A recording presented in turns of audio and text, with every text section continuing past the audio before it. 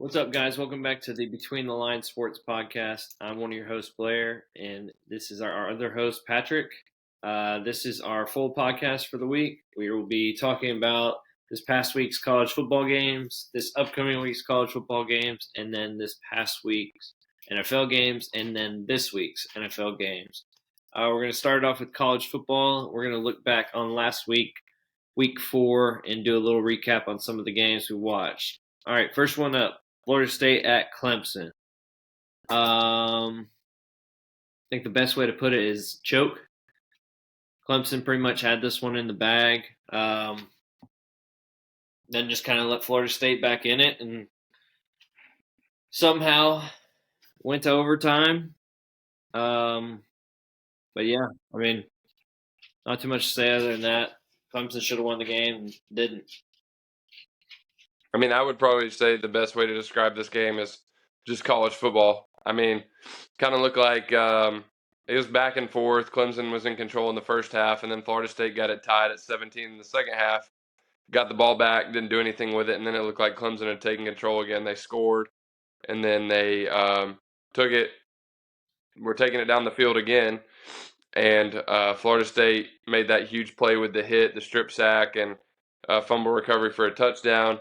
And then kind of both squandered chances there. The Clemson kicker that they pulled off the street ended up missing the chip shot field goal. And then Florida State kind of got on the verge of field goal range and weren't able to get it close enough to kick. And then in overtime, Florida State just made the play, put the pressure on Clemson by scoring on their first possession with that crazy catch by Keon Coleman, who's got to be one of the top transfers this year. The guy that came from Michigan State. I mean, he's a stud.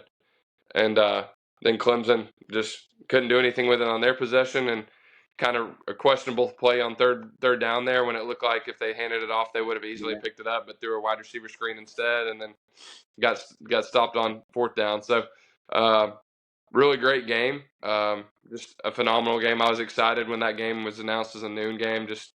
I mean, I love that noon time slot every week. It just seems the games are phenomenal, and it kind of kicks off the day and sets the tone for the day. And that game was phenomenal, and Florida State was just able to find a way to win. I mean, they look like the class of the ACC this year, and every single season that has a championship, there's some kind of game that you have to make some crazy play or pull out of the fire, and maybe Saturday was that game for Florida State. But it was a great game, and Florida State was able to just make one more play at the end. Yeah. I know we talked about Florida State a little bit early in the year about possibly looking like they were maybe one of, if not the best team in the country, just because of how they handled LSU that first week. And then, they struggled with Boston College and then went on to struggle with Clemson. But I think at the end of the day, they're 4-0. They're finding a way to win in these close games. And, the Clemson one, they probably should have lost. Like, Clemson has a kicker who's been there for probably since the start of the season. They probably don't go to overtime and probably win that game. And so, at the end of the day, if you win the tough ones, that's the way to do it. So, I mean, as long as you stay undefeated, it doesn't really matter how the outcome is as long as it's a W. All right, next one, Colorado at Oregon. I think a lot of people – I think Deion Sanders is great for college football. I think what he's doing there is amazing. I think he's really good for the game. But with that being said, I hate turning on ESPN or any other network talking about college sports and hear them constantly talk about Colorado. So with that being said, I was happy with the result of Oregon kind of handing it to them. Obviously Colorado didn't have Travis Hunter this week, which, hurt him a little bit on both sides of the ball, but I don't think even if he played, it would have made too big of a difference. Probably would have lost a little bit closer than, 42-6, right? Yeah, it might have been 42-13 instead.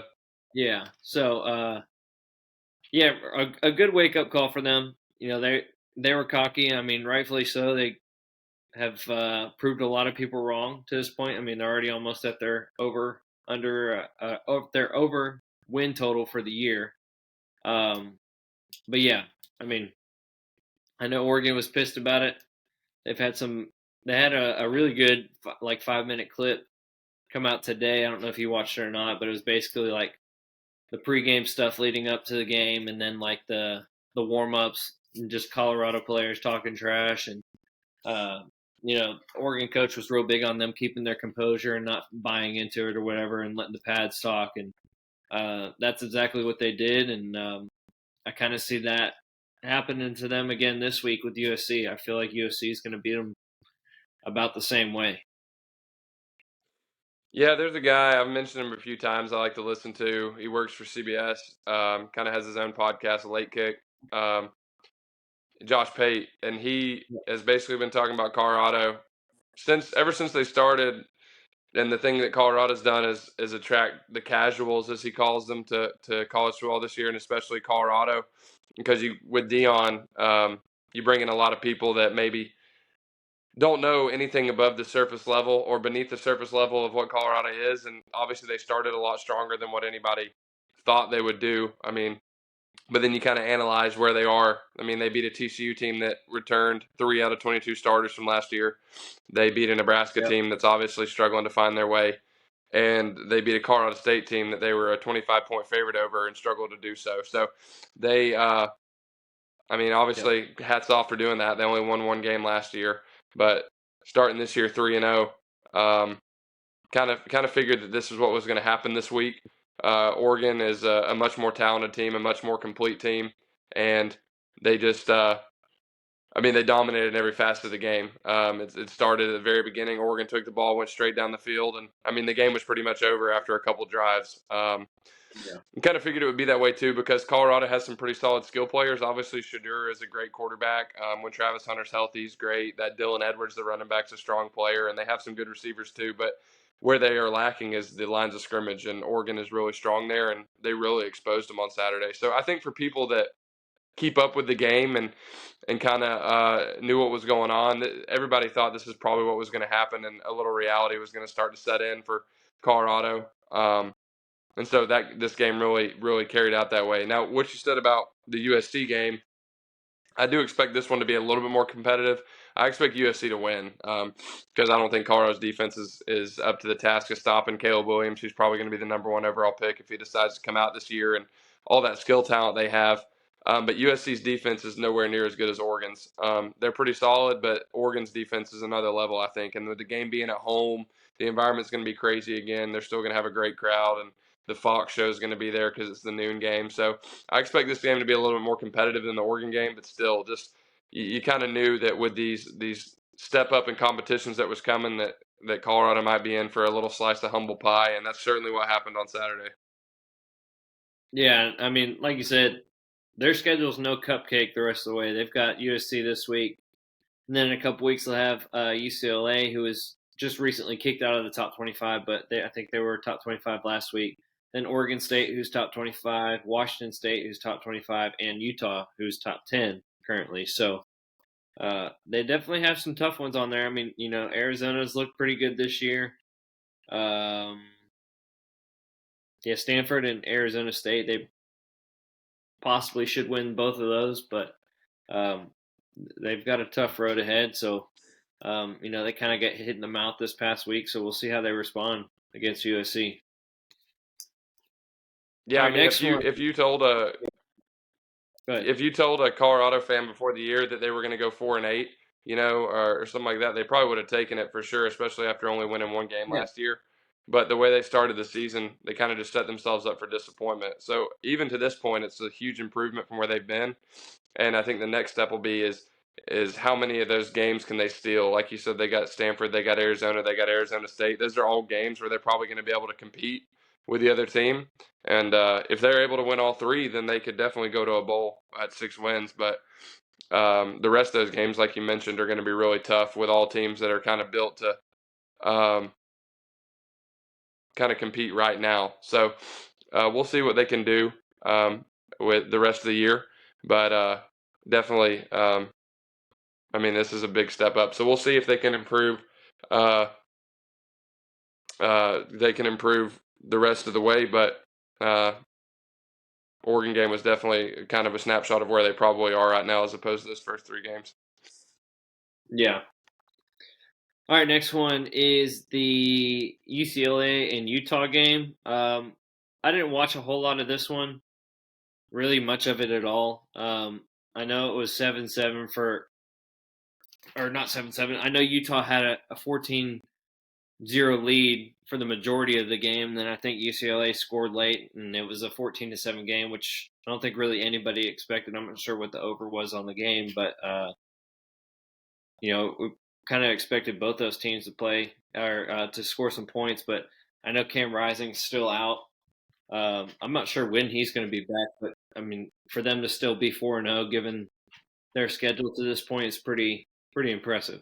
For sure. I mean, you look at it, the Utah defense, I mean, on like the first play of the game gets a pick six, and Utah's able to push one more across early on in the first half, and then they make that stand up. So, really defensive game. I think both teams are pretty solid overall, and Utah's defense is ridiculous. But to this point, no Cam Rising and Utah still being able to be 4-0 is impressive, and I think UCLA's in store for a good season as well. So we're just kind of seeing more and more how the Pac-12 is going to be a really solid league this year in its last year. So impressive from both sides, and if Cam Rising can get back, then Utah is going to be a real player.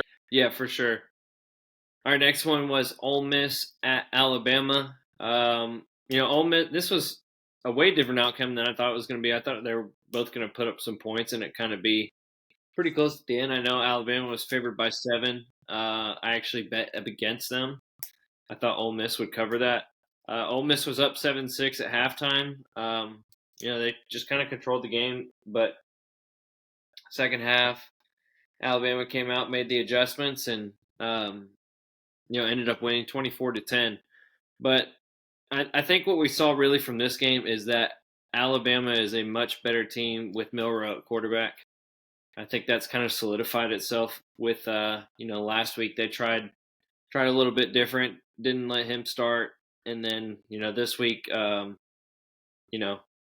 was able to get it done. But I feel like if they didn't play him this week, they probably would have lost. I thought they were going to possibly lose anyway, but the offense for Ole Miss just doesn't really seem like a Kiffin offense to this point in the year. I know they put up a ton of points against Mercer that first week, and then against Tulane they did pretty good. But against a team with a decent defense, their first test was Alabama, and didn't do too well. So both of them still have some tough games. Obviously playing the SEC, so we'll see what they can both do going forward.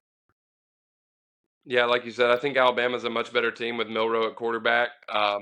He's just able to kind of do something when the play breaks down. If he drops back and there's nothing there, he's really electric with the ball in his hands. He's really good at just making a play in the open field, and he is still capable of hitting some deep balls and tucking some passes in there. So I don't know what the experiment was last week playing those other guys at South Florida, but I think it's pretty clear Milroe needs to be their starting quarterback. And Ole Miss, they just kind of have this thing where they kind of, I don't know, shrivel up in the moment against Alabama. Obviously, they won those games in 14 and 15, but since then, it's kind of been a struggle. They've been in the game a lot of times, but they just haven't been able to finish the deal. And this was an example where, I mean, they just didn't play well at all, and Alabama at home was just too much for them to be able to overcome in a game where they didn't play their best. So I think both teams are going to still have pretty solid seasons, but obviously Alabama got this one across the finish line. Mm-hmm. All right, next one was Arkansas at LSU. I think this surprised a lot of people.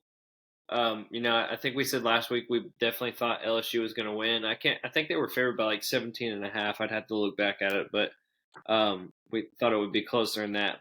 But Arkansas had a chance to win it. They tied the game up with like 5 minutes to go, and then LSU ended up kicking pretty much a last-second field goal to win 34-31. I don't really know what to think of this game. I don't know if Arkansas played a little bit better than a lot of people thought they would, or if LSU kind of overlooked them and didn't have their best week, or what. Well, I know it was a great game. This is one of the games I ended up watching for the vast majority of it, and just I think this is what Arkansas is capable of when they play their absolute best this season. I mean, they were really, really strong moving the ball on offense. They were really able to keep LSU off balance, throwing the ball and running the ball. And this was without their starting running back, Rocket Sanders. So Arkansas looked really good, and I don't think LSU necessarily played bad. I mean, they were at home. They were able to make one more play to get it done. Just a typical SEC game. I mean, if you watch this, both quarterbacks look really impressive. Jaden Daniels and KJ Jefferson. Um, I don't know. This is just a great college football game, a great SEC game, and at the end of the day, is one of the examples of whoever had the ball last was going to win. And LSU was able to get a first down there inside the goal, and Arkansas had already used all their timeouts, so they were able to run the clock out, kick that last second field goal, and get it across the finish line. But I think Arkansas is going to get somebody this year. Like I said last week, I was really surprised that they ended up losing that BYU game. I just thought it was a game they would win. And this team we saw against LSU was more the team I thought we'd see. I think they're a pretty solid team. I don't know how many games they're going to end up winning. But I do think before the year's over, they're going to beat somebody they're not supposed to beat. I don't know if that's going to be Ole Miss. I don't know if it's going to be Alabama. I don't know if it's going to be this week against Texas A&M. I just think they're a pretty solid team, and they're going to be able to make some noise, or at least determine maybe who goes to Atlanta or who doesn't. And obviously LSU, after that first game against Florida State, they seem to really be clicking. I mean, Jaden Daniels has played much Yeah. better than I thought he would, and his completion percentage is ridiculous. So LSU looks like they're only improving from that first game. Definitely. All right, next one was Iowa at Penn State. This one kind of shocked me. I think Penn State won 31-0. I didn't see it going that way. I definitely had Penn State winning. I saw more of like a 28-13 or a 28-10 type game, like a 2 to maybe a low 3-score game, like a 2 touchdowns and a field goal. But um, what I've seen from Penn State to this point, they played West Virginia, Illinois, Iowa, and then maybe Delaware or something. So they haven't had like a real big test. I think Iowa was their first true one. I think they have Ohio State in like 3 weeks or so, so that'll be a really good one for them. But if they went out to the Ohio State game, I think this will be the year they finally get in the playoffs. I think the only other tough game on their schedule the rest of the way would be Michigan, but I think out of all the teams in the top 10, Michigan is really kind of the least impressive to this point. I know they're playing without Harbaugh and stuff, but I haven't watched a full game of theirs, but I've watched bits and pieces. I'm just not really impressed by what they're doing so far. Yeah, I mean, I was kind of shocked at how much they dominated this game. But if you watched it or were paying attention, I mean, Iowa got a big stop to start the game, and then they were going in to score a touchdown to go up 7-0, and they fumbled the ball inside the 5-yard line, and Penn State recovered, and then that was kind of the story of the night. I mean, a dominating game. I think Iowa had like under 100 yards of offense until late in the game, or they maybe didn't even surpass it. So Penn State's looked strong, but like you said, they haven't been really tested yet with a good team. Like you said, the Ohio State game's coming up. They've got Michigan later in the year. I think Maryland might be a test for them too, because Maryland looks like a really good team with a strong offense. So we'll see. But they should definitely probably win their games until Ohio State. Just depends on if they have an off day or whatever. But it's college football; you never know what's going to happen. But they definitely, like you said, have looked strong to this point, and we'll see if they're able to maybe get over the hump this year. But still, a couple of big games remaining for them out there. All right, last one for Week 4 recap is the Ohio State at Notre Dame game. I thought this one would be close. I honestly thought Notre Dame was going to win just because I kind of like I like that Notre Dame had the more veteran team with Sam Hartman, who's been he was at Wake Forest for several years, and Ohio State kind of moving on from their veteran guy and C.J. Stroud, but it being at Notre Dame, I thought Notre Dame was going to find a way to win, and I think the real turning point of this game, which it was super early, but I think it was either Notre Dame's first or second drive. They ended up going for it on Ohio State's like 26-yard line or something like that. It was like 4th and 2, and they didn't end up getting it.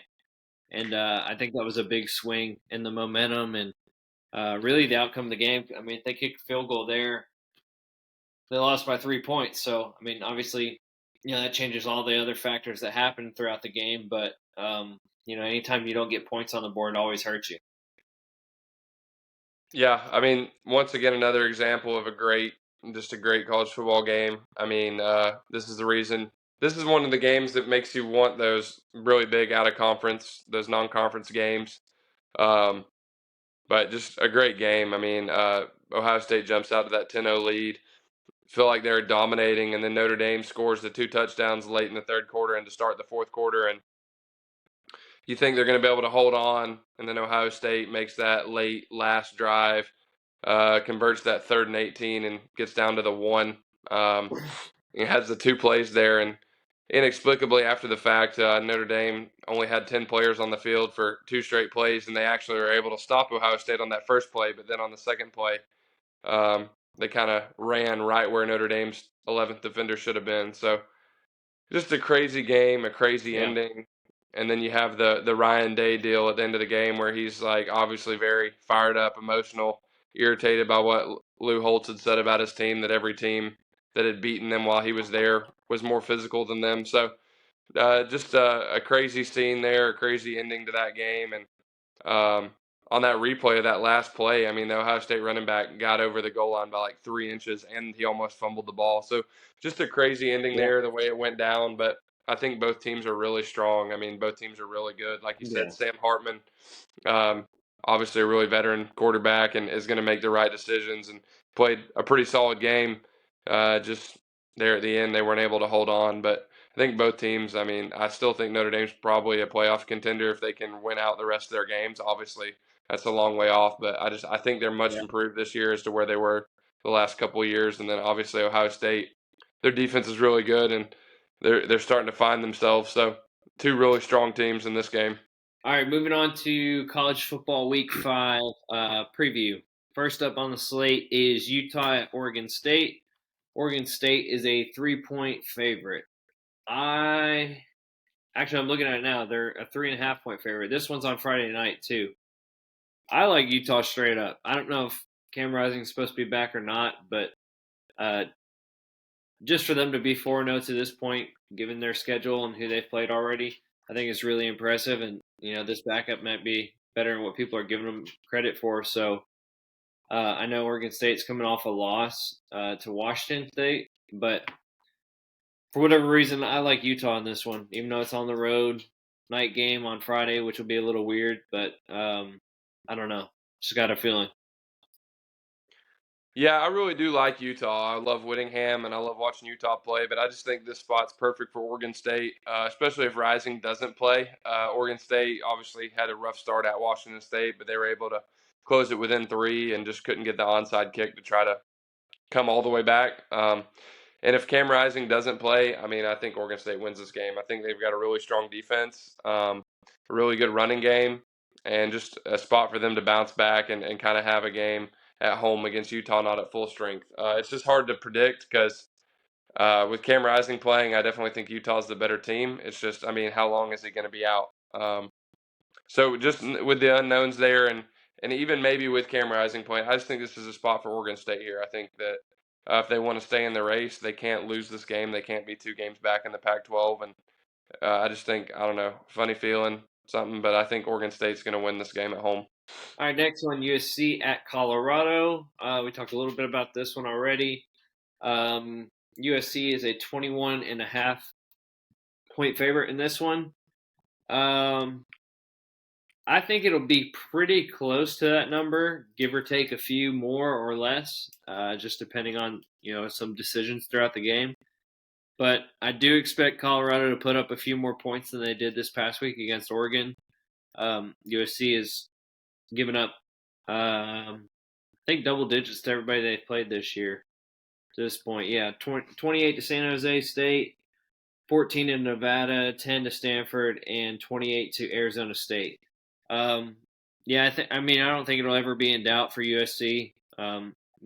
Like you said, Caleb Williams probably the number 1 overall pick if he decides to come out this year.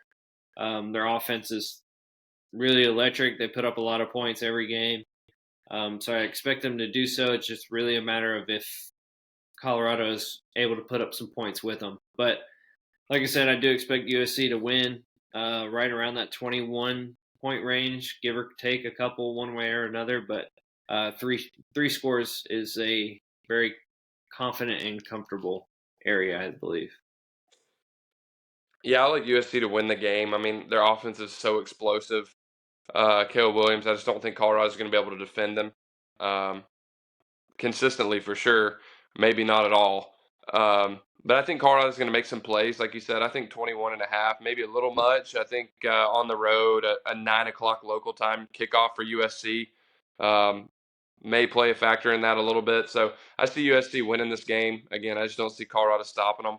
I could see it being a 17 or 20-point game, though, as opposed to 21. So I expect maybe Colorado will hang around for a little bit. Maybe they're able to score first. Maybe obviously they'll still be juicing Boulder. I still expect it to be sold out and all that kind of thing. So I expect it to be a good environment, and maybe that carries Colorado through for a bit. But USC probably is at arm's length the whole game, and then maybe pulls away late to get it close to that 21 number. But like you said, I mean, USC just got too much right now.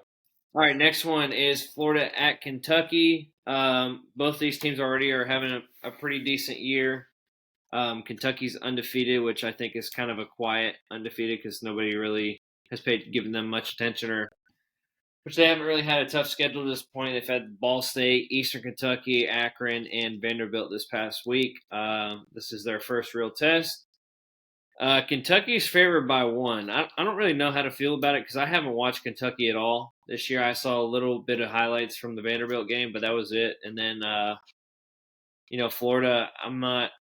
I know they beat Tennessee and everything, but I'm not sold on them yet either. I think they're better than I thought they were going into the year, definitely.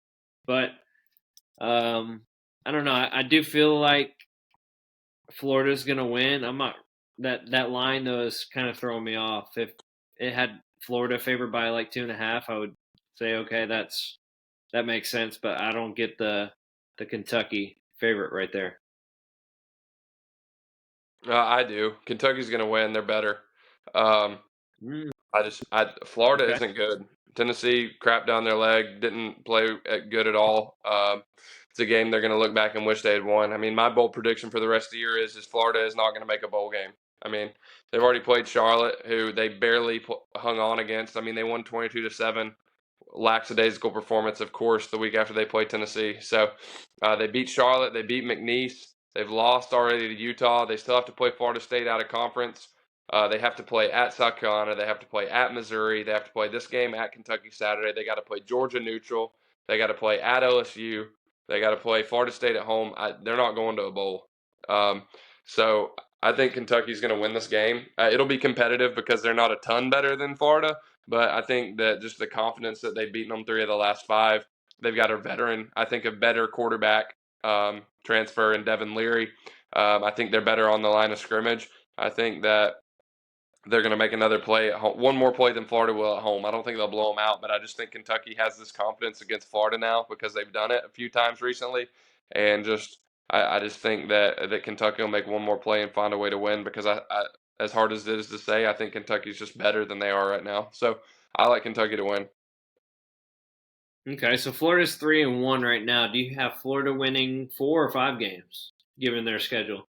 The rest of their schedule after Kentucky is home against Vanderbilt, at South Carolina, neutral against Georgia, home against Arkansas, at LSU, at Missouri, and then Florida State to close it out. Game Saturday, How many of those they'll games win. you got them winning?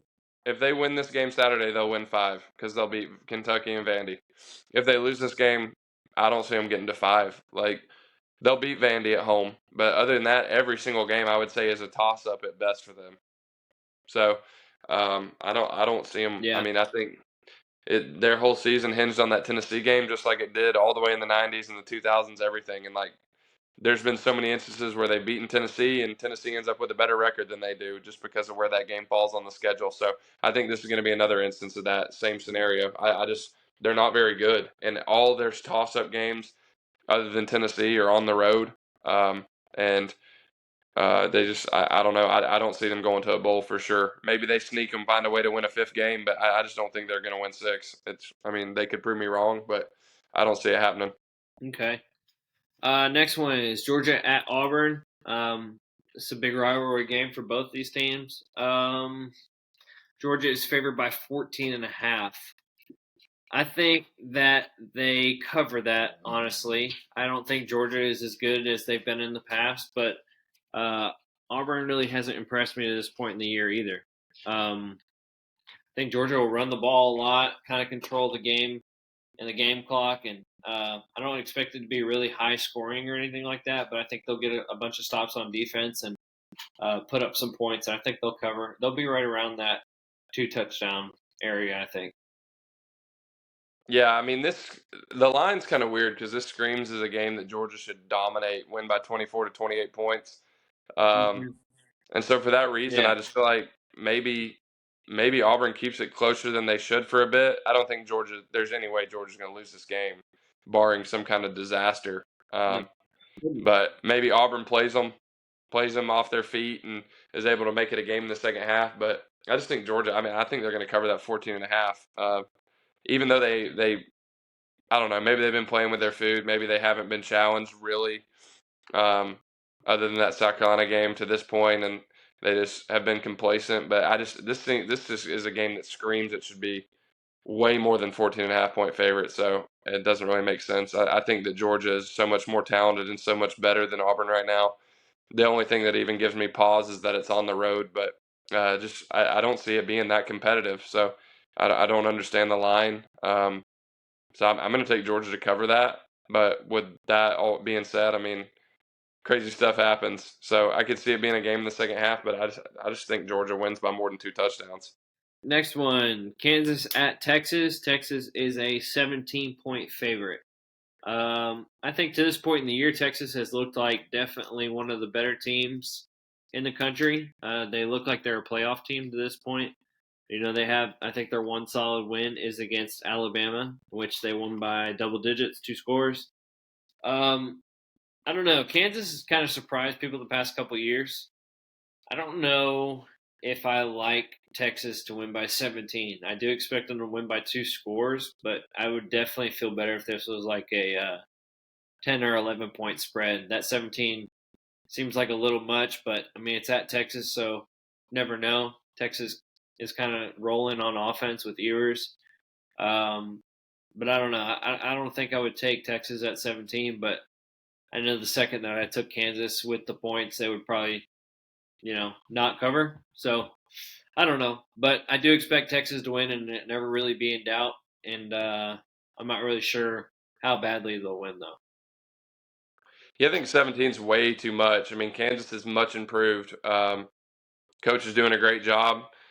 He came in from Buffalo, obviously, last year and was able to get them to a bowl at 6-6. They get a really dynamic quarterback in Jalen Daniels and some really strong playmakers. I mean, probably one of the more probably not talked about much, but an impressive result last week was Kansas taking care of BYU at home. Beat them by 2 scores after BYU went into Arkansas and won. So I really, honestly, I mean, like you said, as soon as you put some money on Kansas, Texas would dominate the game. But I could see this being a 1-score game. Honestly, Texas is a really good team, but we've seen that Alabama definitely has some deficiencies, definitely, especially along the line of scrimmage. So not taking anything away, that's obviously a very impressive winning at Bama, but I don't think Texas is superhuman or anything like that. I think they're a really good team, but I think Kansas is good, and Kansas beat them there 2 years ago. Um, Yeah. I could just see that. I could see this being a conference game, a close game. Maybe Texas scores in the fourth quarter to make it a 2 possession game and get it close to covering. But I'm seeing this game as being pretty competitive for a good portion of it. So I would take Kansas for sure in this game, just because I've been impressed so far with what they've done. All right, next one is LSU at Ole Miss. LSU right now is a 2.5 point favorite. This one just kind of depends on which LSU team we see. If we see the one that from week one against Florida State, or even this past week against Arkansas, I think Ole Miss is going to win. I like them being at home. It's a 6 p.m. game. Ole Miss is coming off a loss against Alabama, which they kind of had control of that game going into the second half, and then ended up losing. So I don't know. For whatever reason, I think on paper, and if any other day of the week you ask me, I think LSU is the better team and probably should win. But I've got a weird feeling that Ole Miss is going to win. Yeah, I mean, I truly think this is a toss-up when it's being played at Ole Miss. I mean, Ole Miss obviously didn't play Yeah. well on the road this past week. LSU's looked really strong, like we said, especially on offense since that opening game. This could be another game for LSU, just like this past week, where whoever has the ball last wins. I definitely expect Ole Miss to have a bounce back game on offense and play much better, especially because LSU's defense has struggled a little bit, and the offense has just picked them up. But I see LSU moving the ball pretty effectively as well. So I could see that 3 points going either way. Um, I would love for Ole Miss to win, just because I'd love chaos over there and to see someone other than LSU or Bama win the West. But deep down in my heart, I Yeah. would take Ole Miss. But I think with my head, I see LSU making one play at the end of the game to win it. But I wouldn't be shocked to see it go either way. I think this is going to probably be one of the better games of the weekend. So I'm going to take LSU to win, but I wouldn't be shocked with either. And I do hope that Ole Miss wins. But I think LSU maybe is just going to be too much on offense at the end, and they'll have the ball last and kick a field goal or something just like last week. But this could be a really good game. All right, our last one for college football in week 5 is Notre Dame at Duke. Notre Dame is a 5.5-point favorite. Notre Dame's coming off the loss, but I feel like this one's honestly going to be who has the ball last. I like both of the offenses. I like both of the teams. To be honest, I think they're both kind of ranked how they should be. Both undefeated, or Duke is undefeated. Notre Dame is 3-1 now that they lost to Ohio State. But I don't know. I've got a weird feeling that this one's going to be kind of whoever has the ball last. Kind of a really tight game throughout, and I don't know. I feel like Notre Dame will find a way to win at the end of it. But, if Duke has the ball the last possession with the clock ticking down, I could see them finding a way to win also. So I think it should be a really good game. Primetime ABC. I think it's 7:30 kickoff. So this would be a good one to tune into if you're not watching another good game that we'll be tuned into. I don't know. I'm going to Or sound at. Yeah, I'm going to sound contradictory here because I was just talking about Notre Dame being really good, but I don't know. I think Duke is going to win this game at home. I mean, the first time game day's ever gone to Duke, it's like one of the last places they can knock off their list that they haven't been to, and Duke's just playing really well right now. I mean, and Mike Elko, the second-year coach at Duke, he's got them rolling, and he's seen Sam Hartman before. He knows how to defend him. Um, obviously it's difficult to do when he's on, but he's at least seen him before and maybe can game plan how to make him uncomfortable and force him into some stuff maybe he doesn't want to do. And I've just been really impressed with Riley Leonard, Duke's quarterback, and how they've been playing. Obviously, we know on Labor Day night they got that big win to knock off Clemson, and they've played pretty solid since. This past week, I think maybe shut out or only gave up 7 points to UConn on the road with a absolutely dominating performance, and they've also beaten Northwestern and somebody else, so maybe North Carolina Central, somebody like that. But they just have been really impressive. And Notre Dame, I mean, they're solid as well, but just Duke on the road, probably one of the biggest games in their modern history. Um, I see them finding a way to get it done, so I'm going to take Duke to win this game. So Duke is 17th right now. Say they win against Notre Dame. Do you think they crack top 10? Probably not top 10 unless there's a bunch of upsets in the top 10 this week, but they're definitely going to be in that top 12 to 13 range, with a chance to move up if they can keep winning. So, yeah, I mean, they could get close for sure. Yeah, like I said, that's a good one to tune into if you're not watching the game we'll be watching or at the Tennessee South Carolina game. But that's it for college football. Let's roll into NFL this past week. Recap. First one on the slate is Titans at Cleveland. Definitely saw this one going a little bit differently, but Titans just never really got anything going on offense. I think they had like 26 yards rushing, which is kind of bizarre if you consider they have Derrick Henry as their running back. And then they only threw for 104. So, we're talking not even 150 yards of total offense. Final score was 27-3 in favor of the Browns. So, that was a big shock. I thought it would be a really close game. I actually had the Titans winning, especially without the Browns having Nick Chubb. But Jerome Ford, is filling the shoes pretty strong. Now they've got Kareem Hunt to help him out a little bit too. This was definitely one of Watson's better games on the year. Threw 2 touchdowns, almost 300 yards passing. So definitely surprised by the final result. Yeah, I mean, it's kind of how we've talked about the Titans the last couple of years. I mean, they lose the games that you think they're going to have a pretty solid chance to win, and then like last week, the Chargers. I mean, in my opinion, the Chargers are a much better team than the Titans, and the Titans find a way to beat them. So, kind of just a tale of how the Titans have been recently. But just they got off to a poor start, and Browns were able to build a lead, and then I think once you get a couple touchdown lead on the Titans, they're gonna have a tough time coming back. They really rely on that ground game and that play action pass off of it, and when they aren't able to establish that running game, I mean they have a tough time. I mean the offensive line was just I mean, Olaying a number of times, and Tannehill was getting hit, and just, I mean, obviously we know the Browns have one of the top defenses in the league. They can get in the backfield; they're really explosive on the defensive line, but still, I mean, that's an NFL offensive line with the Titans, and they look like a high school line against that D line. So Titans have a lot of work to do. I don't think that they really have a great NFL quarterback on their roster, so I don't know where they're going to Yeah. turn. But they got to get that running game going, or it's going to be a long season for them. And the Browns are kind of living up to the billing like we figured they would. I mean, the 2-1, Deshaun Watson's kind of getting in a groove, using his legs again, and like you said, a strong running game even without Chubb. So that AFC North at the top is really all throughout. I mean, I think the Bengals will get it going too at some point. So that's going to be a really tough division. But the Browns are really making it look that way because they're playing well to this point. All right, next one was Chargers at Vikings. This was a pretty exciting one to watch. Kind of high scoring game, kind of like you'd expect. Both of these teams were 0-2 going into it. And I remember saying last week I thought the Chargers kind of needed it more given their division, having to play the Chiefs twice, and then the Raiders and Broncos always play them tough for whatever reason.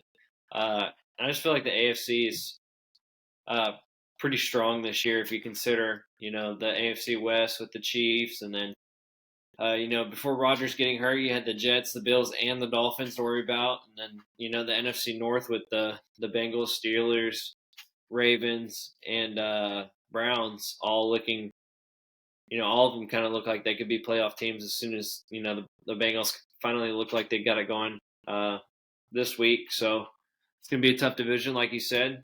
But yeah, big hit for the Chargers though. They lost Mike Williams. He tore his ACL very late in the game after he put up like what did he have? He had 7 catches for 121 yards and a touchdown. So yeah, that's a big hit for their offense. I don't know how they're going to respond to it. I mean, they've got a lot of guys that can catch it. I think Palmer from Tennessee is going to step up and take a big role in that offense with him being out. And, hopefully they get Eckler back and can kind of keep things rolling. But definitely a big loss for them.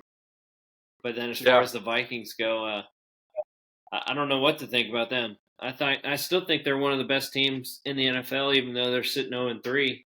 I'm not sure who they have this week. Let me look. They have the Panthers this week, so hopefully they can get a W. But I hate to say it, but if they lose this week at 0-4, that's almost impossible to come back from and make the playoffs. I mean, even with the extra team with 7 teams going, it's gonna be tough. yeah, probably one of the more shocking things so far this year is them being 0-3 for sure. But this game in itself, I mean, you can just kind of sum it up there in the fourth quarter of the last 2 drives. The Chargers have the ball 4th and 1 on their own 24, and they decide to go for it and get stuffed.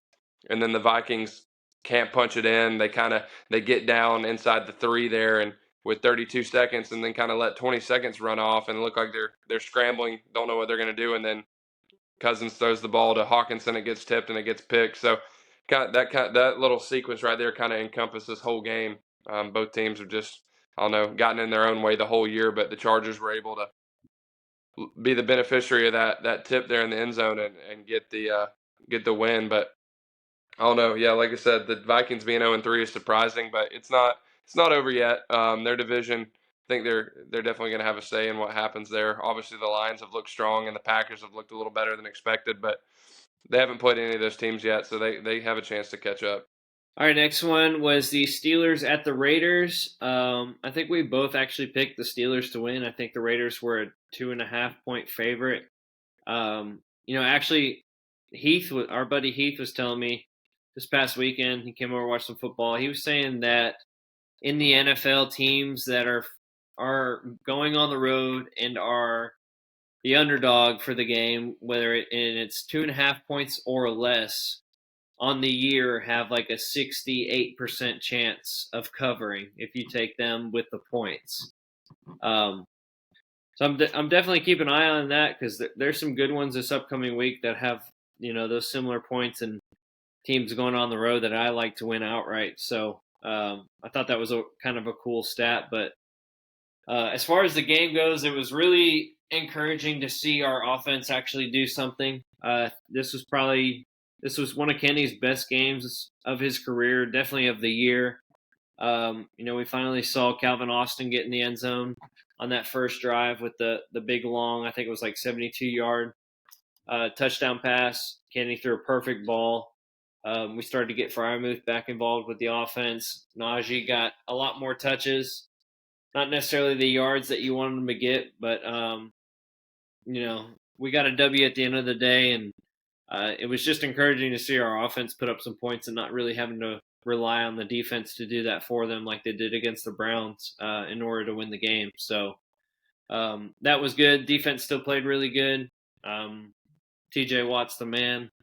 I don't know how you can watch football and think otherwise, but Raiders didn't look too good on defense or on offense. I don't know if that was solely because of the Steelers' defense or not, but other than Adams being pretty much unguardable, they didn't have a whole lot rolling for them. Yeah, I mean, Adams is basically all they've got on offense. I mean, Josh Jacobs is off to a slow start, and Jacoby Myers is a pretty decent playmaker for them, but I mean Adams is their guy obviously, and Garoppolo hit him a ton, but it wasn't enough to get the job done. I think the biggest takeaway from this game is just the Steelers' defense is ridiculous, especially the D line, like you talked about T.J. Watt, but a number of other guys on that line too. And the linebacker play is really solid. Step up and help when the quarterback gets out of the pocket or cover the underneath stuff. So their defense is really playing well, and if that offense can just find a little consistency, they'll definitely be in store for probably at least a wild card spot at the end of the year. They've got a solid team. Yeah. All right, next one is the Colts at the Ravens.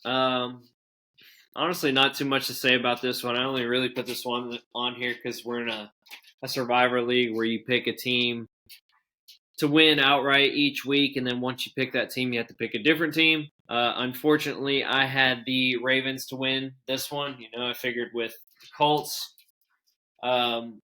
playing in Baltimore, backup quarterback, I figured the Ravens would find a way to win, and they sure did not. So I don't know. Credit to Minshew and the Colts, but that's what I get as a Steelers fan, picking the Ravens and hoping they win.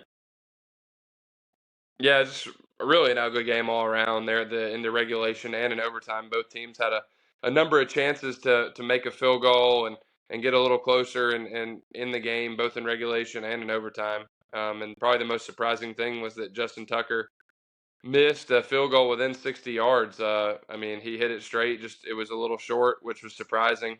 Probably had to do with the elements. It was raining, and the field was in rough shape from all the water. But still, that was surprising because that guy usually never misses a kick like that. So, just an off game, and unfortunately for us, that Survivor League, we lost a pick amongst other things. So, but just an NFL game. I mean, those games happen where the team you think is clearly the underdog finds a way to win. So, not that surprised. I mean, I still expect the Ravens to have a really solid year, but they didn't have their best game on Sunday for sure. All right, next one is the Dolphins versus the Broncos. The Dolphins won by 50 points. They put up a 70-piece without Jalen Waddle. Their box score is ridiculous. To read them off to you, Devon Achane had 18 carries for 203 yards and 2 touchdowns, also while having 4 catches for 30 yards and 2 touchdowns. So obviously one of the best rookie performances we've ever seen, especially in terms of fantasy. Then you also had their starting running back, Mostert, have 13 carries for 82 yards and 3 touchdowns, and 7 catches for 60 yards and a touchdown.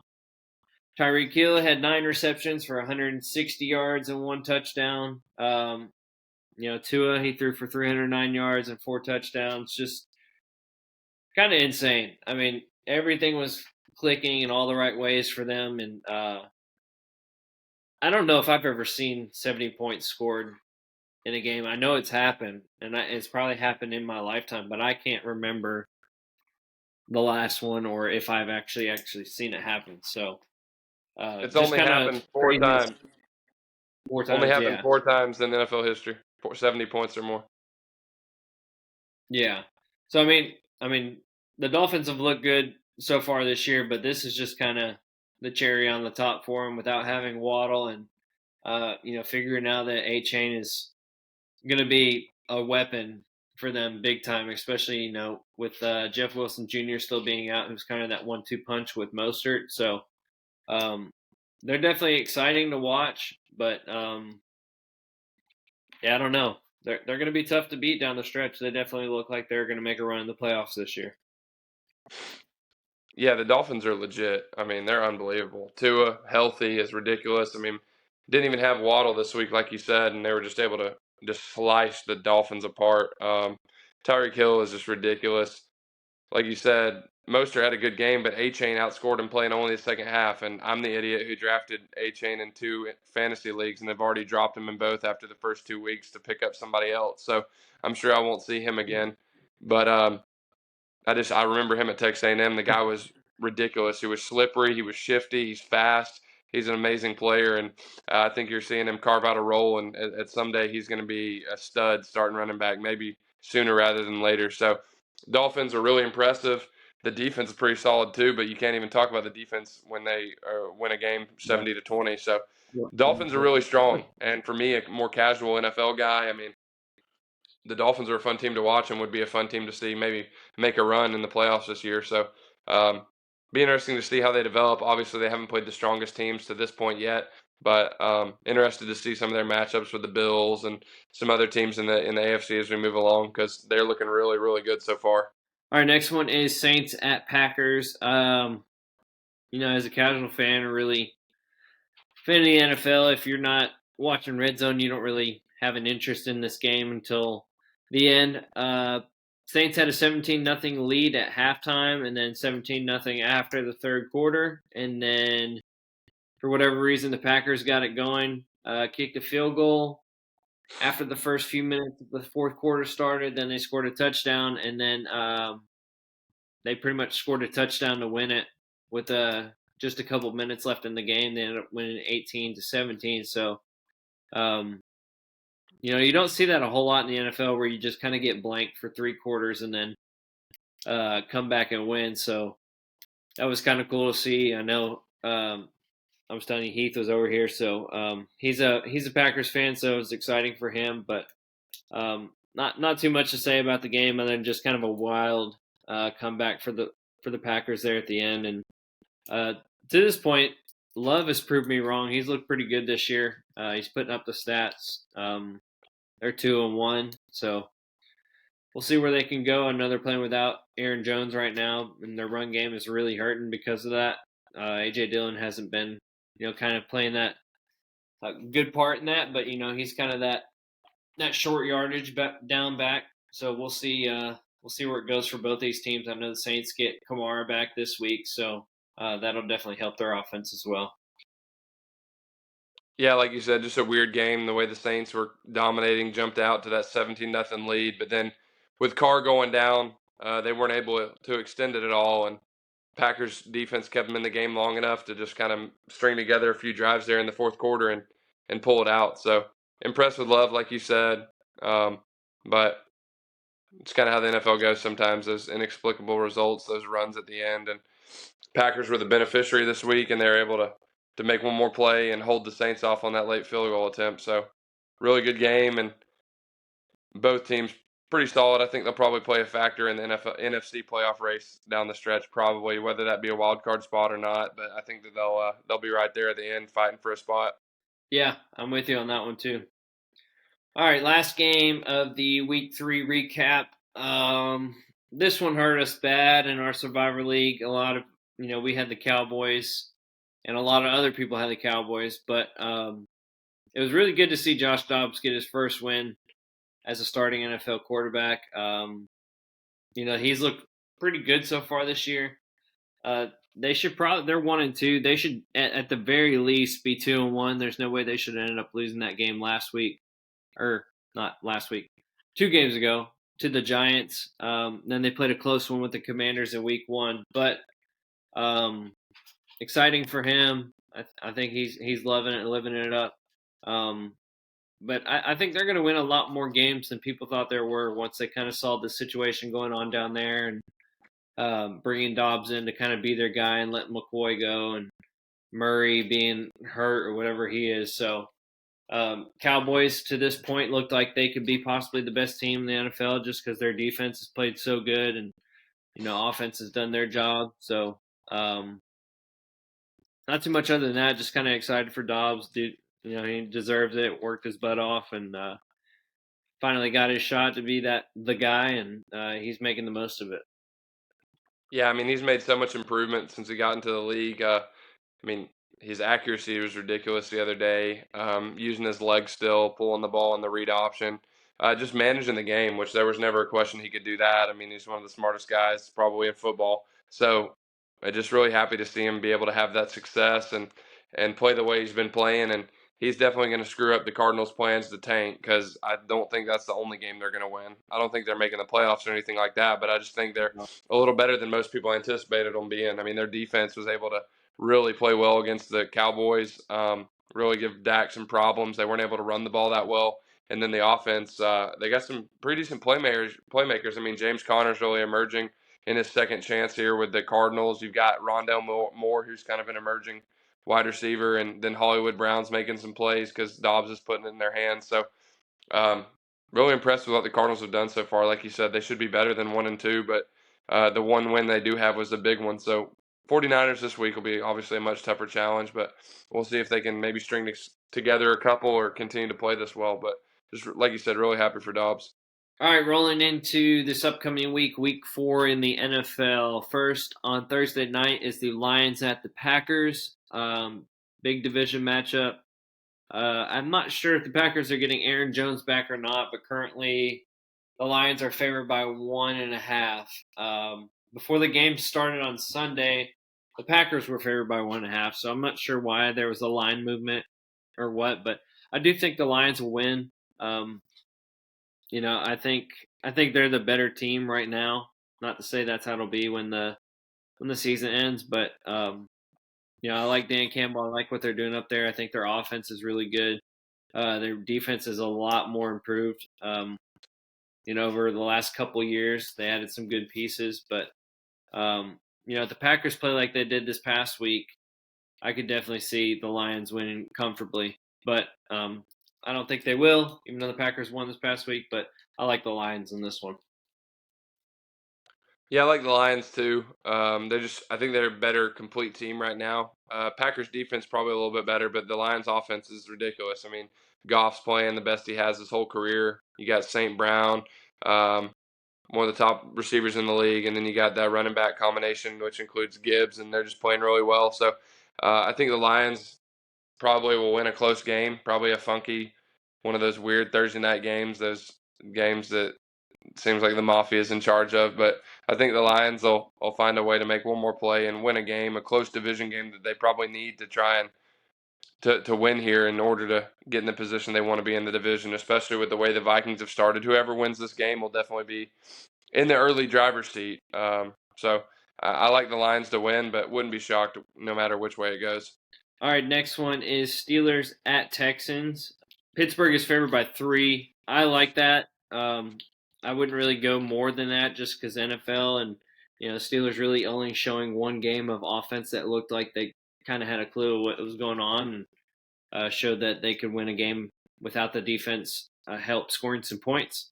I'm not sure if C.J. Stroud is going to be back this week or not. I would expect him to be, but they didn't have any sacks this past week against the Jaguars. They ended up winning that game, but with that being said, Stroud didn't he didn't get sacked either, which was kind of bizarre because I think in the first 2 weeks he was sacked 11 times. So I don't know if that's to credit the Ravens and the Colts defenses or the Jaguars not doing so well, getting some pressure on them. But I want to see us in the backfield a lot. I want to see us put some pressure on, rack up some more sacks, especially for TJ. I want to see him break the record officially. He tied the record with Strahan 2 years ago and did it in 14 games. So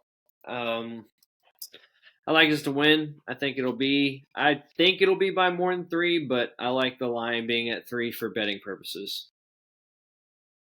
Yeah, I think Steelers win this game. They're just better. The defense is better. I think the Texans got their one inexplicable win on the season. Of course, it was my survivor pick against the Jaguars. So thanks, Jags. But I just don't think that the Texans are going to be able to consistently move the ball. And I think that the Steelers might have found something with Pickett starting to kind of get his feet back under him with that Raiders game. So I really like the Steelers to win this game. Both, I mean, they're just the better team, and I see them taking care of business. Our next one is the Dolphins at the Bills. Bills are favored by 2.5 points. This is one of those games I was telling you about with that road dogs being 2.5 or less point underdogs. I don't know. I mean, I know the media in Vegas, they love the Bills, but I don't know how you could watch any of these games this year and think that the Dolphins aren't a better team right now. Um, I don't know if Waddle's going to be back this week or not, but if they have that 1-2 punch with their running backs, I don't see the Bills being able to put up points with them. The Bills have kind of looked a little choppy this year. They played really good this past week, put up a lot of points against the Raiders, but that week 1 loss to the Jets, even with Rodgers being put out early in the game. I know, game plan obviously has a lot to do with it, but even with him, not planning for it, I still feel like there's no way they should have lost that game. But with that being said, I could see this one going either way, but I wouldn't be surprised if the Dolphins find a way to get it done. Just being, if they keep playing like they've been playing so far this year. Now, obviously, they won't put up 70 points, but they will have to score a good bit in order to beat them. Yeah, I mean, I think if you could only watch one NFL game this weekend, this is the game you should probably watch. I mean, this is two teams that are definitely going to probably be in the playoffs. They're going to factor into the end of the season. So, really looking forward to checking this one out and hoping that it's a high scoring affair back and forth. I could really see that happening, especially right now because playing in Buffalo isn't going to have any huge effect.